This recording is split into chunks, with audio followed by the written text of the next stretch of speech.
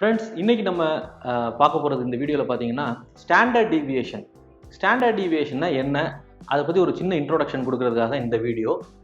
இது எதுக்காக இந்த வீடியோ பண்ணணும் அப்படின்னு பார்த்தீங்கன்னா, நம்ம லீன் அண்ட் சிக்ஸ் சிக்மா இதுதான் வந்து நிறைய நம்ம இண்டஸ்ட்ரீஸில் யூஸ் பண்ணுறோம். நிறைய பேர் six sigma, black belt, green பெல்ட்லாம் வந்துட்டு கிளாஸஸ் அட்டன் பண்ணுறாங்க, கோர்சஸ் அட்டன் பண்ணுறாங்க. அந்த சிக்ஸ் சிக்மாவில் அந்த சிக்மாங்கிறது என்னன்னு பார்த்தீங்கன்னா ஸ்டாண்டர்ட் டீவியேஷன். இந்த ஸ்டாண்டர்ட் டீவியேஷனுடைய யூசஸ் என்ன, ஜென்ரலாக நம்ம இண்டஸ்ட்ரியில் எங்கெங்கெல்லாம் யூஸ் பண்ணுறோம், லைஃப்பில் எங்கெல்லாம் யூஸ் பண்ணுறோம் அப்படின்றத பற்றி ரொம்ப சிம்பிளாக எல்லாருக்கும் புரிகிற மாதிரி எக்ஸ்பிளைன் பண்ணுறதுக்காக இந்த வீடியோ. ஜென்ரலாக இந்த நிறைய யூடியூப் வீடியோஸ் நான் பார்த்தேன் தமிழில். அதில் பார்த்தீங்கன்னா இந்த ஸ்டாண்டர்ட் டீவியேஷன்ஸை பற்றி உள்ள வீடியோஸ் பார்க்கும்போது ரெண்டு கேட்டகரி ஆஃப் வீடியோஸ் என் கண்ணுக்கு மாட்டுச்சு. ஒன்று பார்த்தீங்கன்னா ஸ்கூல் ஸ்டூடெண்ட்ஸுக்கு ட்ரைனிங் கொடுக்குறாங்க இல்லையா, டீச்சர்ஸ் பண்ணுற வீடியோஸ். அவங்க வந்து ஸ்கூலில் சொல்லி கொடுக்குற அதே சிலபஸை எக்ஸ்பிளைன் பண்ணுறாங்க. இன்னொன்று பார்த்தீங்கன்னா competitive exams, bank exams, IAS exams, அப்புறம் தமிழ்நாடு ரெக்ரூட்மெண்ட், டிஎன்பிஎஸ்சி, அந்த மாதிரியான காம்படிட்டிவ் எக்ஸாம்ஸுக்கு ப்ரிப்பேர் பண்ணுறவங்களுக்குன்னு சொல்லிட்டு நிறைய கோச்சிங் இன்ஸ்டிடியூட் இருக்குது. அவங்களும் நிறைய இந்த ஸ்டாண்டர்ட் டீவியேஷன்ஸ் பற்றி வீடியோஸ் அவைலபிளாக இருக்குது யூடியூப்பில். இவங்க ரெண்டு கேட்டகரியிலையுமே என்ன பண்ணுறாங்கன்னா, ஒன்லி அந்த ஃபார்முலா, ஸ்டாண்டர்ட் டீவியேஷனா இந்த ஃபார்முலா யூஸ் பண்ணுங்க, இதுனா இந்த ஃபார்முலா யூஸ் பண்ணுங்கன்ற ஒரு மாதிரி ஒரு மக்கப் படிக்கிற மாதிரி ஒரு ஷார்ட்கட் மெத்தடில் தான் சொல்லி கொடுக்குறாங்க. உண்மையிலே நம்ம வந்து இண்டஸ்ட்ரியில் அதை யூஸ் பண்ணுறது எப்படி, இதோட என்ன சொல்றது, இந்த ஸ்டாண்டர்ட் டீவியேஷனோட யூஸ் என்ன அப்படின்னு நிறைய பேருக்கு தெரியாது. அதனால தான் நிறைய பேர் பார்த்தீங்கன்னா நம்ம படிக்கிறதுக்கும் லைஃபுக்கும் சம்மந்தம் இல்லைன்ற மாதிரி நிறைய பேர் சொல்லிட்டு இருப்பாங்க. ஆனால் நிறைய சம்மந்தம் இருக்குது, சரிங்களா? ஸோ நீங்கள் வந்து காம்படிட்டிவ் எக்ஸாம் ப்ரிப்பேர் பண்ண போகிறீங்க, இல்லைனா ஒரு பேங்க் எக்ஸாமோ, இல்லைனா நீங்கள் ஸ்கூலில் இருக்கீங்க, உங்களுக்கு எக்ஸாம் மட்டும் பாஸ் ஆனால் போதும்னா நீங்கள் அந்த மாதிரி வீடியோஸ் பார்க்கலாம், நோ ப்ராப்ளம். இன்னைக்கு இந்த வீடியோவில் நான் சொல்ல போகிறது இன்டெப்த்தாக பேசிக்காக ஸ்டாண்டர்ட் டீவியேஷனா என்ன, இதை நம்ம எப்படி டீட்டெயிலாக லைஃப்பில் யூஸ் பண்ணலாம், அதுதான் நம்ம பார்க்க போகிறோம்.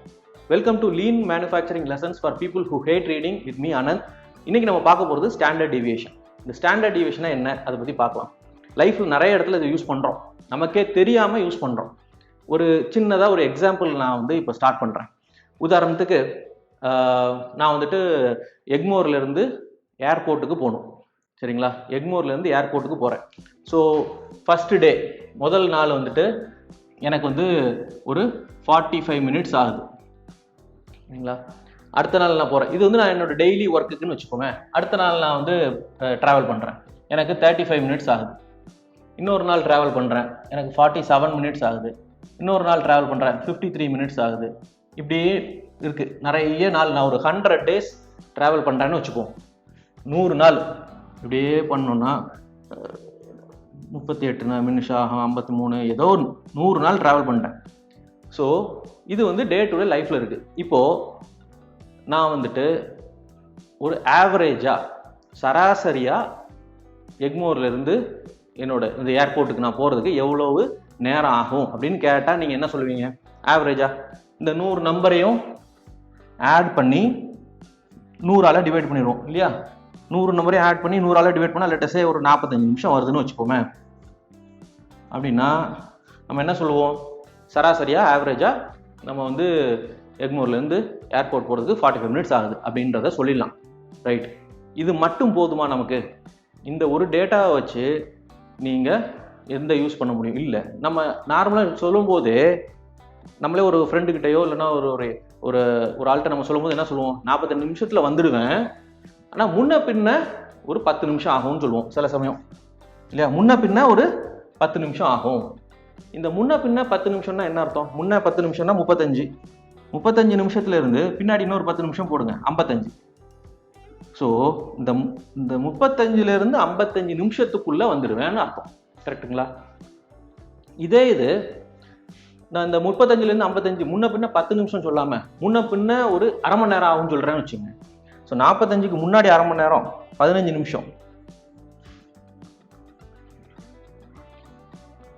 45க்கு அடுத்து இன்னொரு அரை மணி நேரம் 30, 1.25 மணி நேரம், அதாவது 75 நிமிஷம். இப்படி இருந்ததுன்னா அந்த பர்டிகுலர் நான் ஒருத்தரை மீட் பண்ண போறேன்னு வச்சுப்போம். அவர் வந்து என்ன ஆவார்?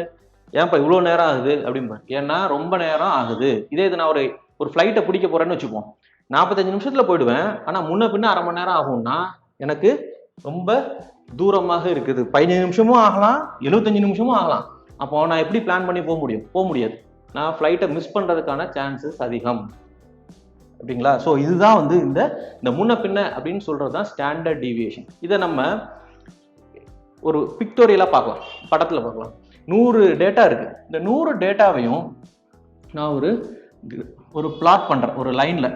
ஃபார் எக்ஸாம்பிள் 35லேருந்து 36, 37 இப்படியே இருக்குது. இப்படி அப் டு எனக்கு 65 வரைக்கும் இருக்குன்னு வச்சுக்கோமே. இப்படியே இருக்குது. எனக்கு என்ன ஆகும்னு பார்த்தீங்கன்னா 45 அப்படின்ற இடத்துல நிறைய டேட்டா இருக்கும். 35 ஒரு நாள் வந்திருக்கேன், 36 ஒரு 2 நாள் வந்திருப்பேன், 37 ஒரு 3 நாள் வந்திருப்பேன். இப்படி டேட்டா கூட்டிகிட்டே போகும். 45ங்கிறதுல எனக்கு நிறைய டைம் வந்திருக்கிறேன். அதனால் எனக்கு 45ல் நிறைய டேட்டா இருக்குது. ஸோ இங்கே வரைக்கும் இருக்குது. திருப்பி கொஞ்சம் கொஞ்சமாக குறையுது. 50, 53, 65லாம் ரொம்ப கம்மி. ஒரு நாள் 65 நிமிஷம் ஆயிடுச்சு. ஏதோ ஒரு நாள் ரொம்ப டிராஃபிக் ஜாம் ஆகிருக்கு, அதனால் 65 நிமிஷம். ஏதோ ஒரு நாள் டிராஃபிக்கே இல்லை, அந்த டைமில் நான் சீக்கிரமாக வரேன். ஸோ நீங்கள் இந்த கிராஃப் அப்படி பிளாட் பண்ணோன்னா இப்படி இருக்கும். இது பேர் தான் இந்த பெல் கர்வ் அப்படின்னு சொல்லுவாங்க. பெல் கர்வ்னா என்னென்னா ஒரு மணி மாதிரி இருக்கும். இந்த கர்வ் இப்படி தான் இருக்கணுமா? இப்படியும் இருக்கலாம்.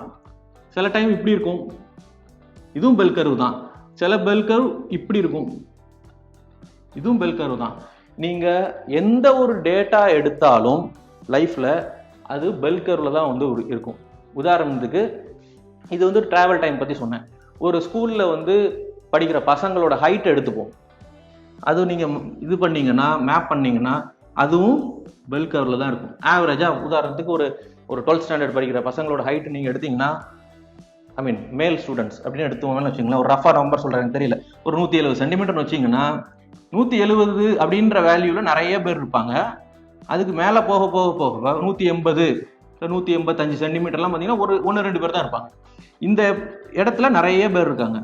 அதே மாதிரி ரொம்ப ஷார்ட்டாக உள்ள ஆட்கள் 130 சென்டிமீட்டர், 140 சென்டிமீட்டர்லையும் கம்மியாக இருப்பாங்க. ஸோ இப்படி தான் இருக்கும் டேட்டா. இந்த டேட்டா இப்படி இருக்கலாம், இல்லைனா அப்புறம் நான் சொன்ன மாதிரி இப்படி இருக்கலாம். இதுவும் பெல் கர்வ் தான். இப்படின்னா என்ன அர்த்தம்? ரொம்ப கேப் இருக்குன்னு அர்த்தம். ஸோ இதுதான் வந்து ஸ்டாண்டர்ட் டீவியேஷன். இதை பற்றி நம்ம இன்னும் கொஞ்சம் பார்க்கலாம், சரிங்களா? ஸோ இந்த ஸ்டாண்டர்ட் டீவியேஷன் எவ்வளோ தூரத்துக்கு நம்ம மீன்லேருந்து தள்ளி இருக்கிறோம் அப்படின்றது ஸ்டாண்டர்ட் டீவியேஷன். இந்த பெல் கர்வ் இது வரைக்கும் உங்களுக்கு புரிஞ்சிருக்கும்னு நினைக்கிறேன். நம்ம இந்த ஸ்டாண்டர்ட் டீவியேஷனை பற்றி இன்னும் கொஞ்சம் டீட்டெயில்டாக நெக்ஸ்ட் வீடியோவில் பார்க்கலாம். Thank you very much. I will talk to you in the next one. By.